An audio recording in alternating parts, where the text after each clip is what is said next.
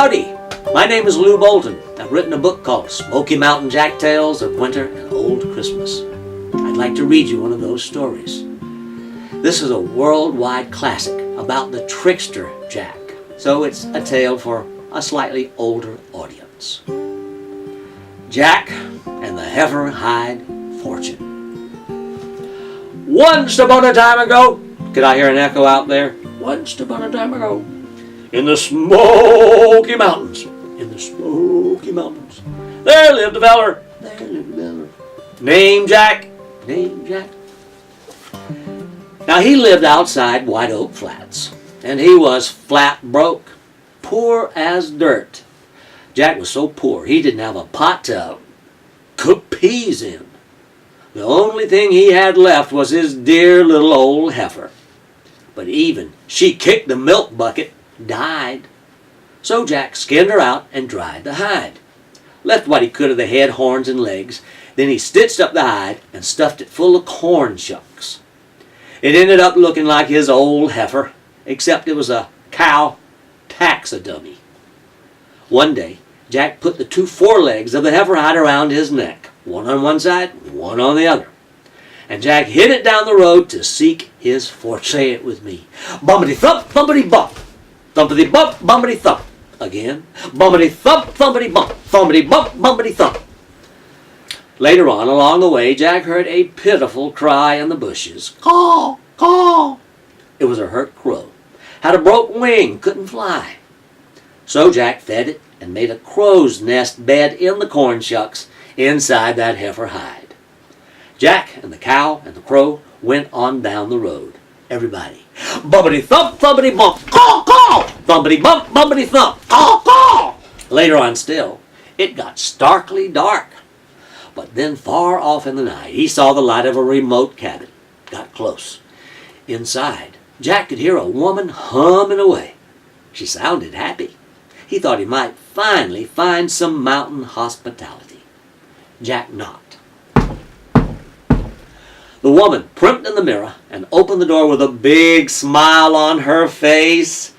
But when she saw Jack, her smile turned to bile. Hell's bells! Where's the filthy likes of you were knocking on my door? Ma'am, I'm Jack. I'm plumb tuckered out and needing a place to sleep. You can't stay here. My old man's on a long hunt and won't be back till awful late, and he's one jealous husband. If he found you here, he'd backhand me and shoot buckshot in your rear. Now get out of here. She was about to slam the door in Jack's face, but he wedged himself in and said, Ma'am, it's pitch dark and turning cold. If I can't come in, I'll stay on the porch and take my chances with your husband. Darnation, that won't do at all, tall. There's a pallet up in the loft. Get on up steps and I'll lock you in. Could you please spare a bite to eat? Ain't got a bit of a bite in the house. Be grateful you got a place to sleep. Now get on upstairs. She locked the loft door behind him as Jack trudged up the steps. Bumpity hump, bumpity bump, caw, caw. Thumpity bump, bumpity thump, caw, caw. He was worn out and fell right to sleep. Jack slept hard as a rock until something woke him up. It was coming from downstairs, the sound of folks laughing and having a good old time. It being dark in the loft, Jack spotted light coming up through a knothole in the puncheon floor. He peeped downstairs and saw that woman with the man of the house. Skinny little feller. Oh, it made Jack seethe to see the woman had lied through her teeth, because they were eating a feast of foods. Looked like country ham meat and red-eye gravy, some sort of critter stew, leather breeches, beans, taters, maters, fruit, corn pone pie, applejack stack cake. Jack's mouth was watering like a well. Downstairs, those two were not only eating of that fine food, but also eating up one another with their eyes. They would be talking sweet as honey one minute, then get up laughing and clapping their hands the next, sit down and eat some more. Then get up cutting capers, singing and dancing, sit down and eat some more. Jack had never seen such carryings on like teens at a play party. Fact is, those two were having such a completely sweet time that Jack thought, that must not be her husband. The feller, dressed up in black and white, was packing away platefuls of that good free food. So Jack guessed, that must be the preacher man. Then that ungodly pair started touching one another like they were blind. Why, they got down on their knees, but it looked to Jack like praying was the last thing on their minds. They were about to get wholly unholy. But the romp and ruckus got interruptus. Outside, they heard a horse snort and the rider say, "Whoa, whoa!" Inside, the horsing around halted. "God, it's Hank. Come home awful early. Quick, hide the supper." And the two commenced to stashing those victuals. Her husband stalked up on the porch, tried the door, found it locked. He started banging. "Open this door, woman!" "Hold your horses!" The two in a stew put the main course up in the cupboard. Put the desserts down in the pie safe. "Open up, Maud, now!" "Oh, I'm a-coming. Don't bloody your knuckles." They hid the apple brandy jug behind the wood pile. Food, dishes, everything got cleared away.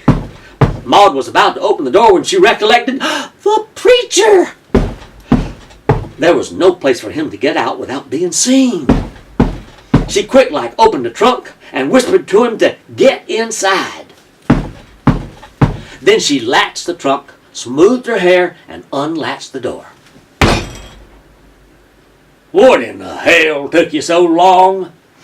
You best not be hiding a man in here." "I ain't a-hiding no man. I was on my knees, a-praying." "Give me some liquor." "The jug is dry." "Well, fetch me some victuals. I'm hungry." "Cold bite of bread is all I got. I weren't expecting you." Hank hung his rifle gun on the wall and sat down. Now remember, old Peepin' Jack had been watching everything going on.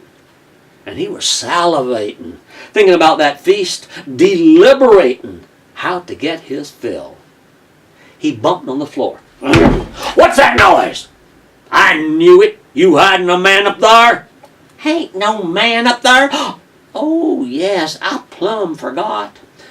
There's a feller named Jack. Got a nasty hide thing with him. He's asleep upstairs."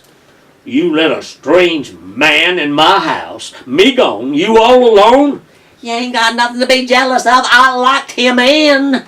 "I want to meet this feller. I don't trust you." Hank banged on the ceiling with a broom handle. "Jack, get yourself on down here. Unlock the door, woman." Jack came down the steps, dragging his heifer hide. Bumpity thump, thumpity bump, caw, caw, thumpity bump, bumpity thump, caw, caw. "Drag up a chair, Jack. You and that fang woman. Set him a place." Bread and water. Yum. Jack nibbled at the corn pone and sipped the water, but he was thinking about the good drinks and eats within reach and how to best get some. He nudged the heifer hide, made the crow squawk. "Caw, caw, caw, caw." "Now you hush up, you old heifer hide. I told you before you come down, speak only when you're spoke to. Hush." "Jack, who the devil are you talking to?" "Oh, talking to this here heifer hide." "That right? What did the thing say?" "Oh, but Dad, I can't tell you." "Why can't you?" "I can't 'cause it might make somebody a mite mad." "Maud, would it make you mad?" "No, Nothing that filthy thing could say would make me mad at all, eh? Tall. Well, Jack, it would make me mad if you don't tell. So I gotta tell? Hell, yeah. You eat my bread, you tell what it said. Even I gotta. I reckon I gotta. This here good old Heifer hide said there's a jug of liquor close at hand. That's what it said. Where? Well, how would I know? But Heifer hide said, behind the woodpile. Ha! I thought you was crazy. Now I know it.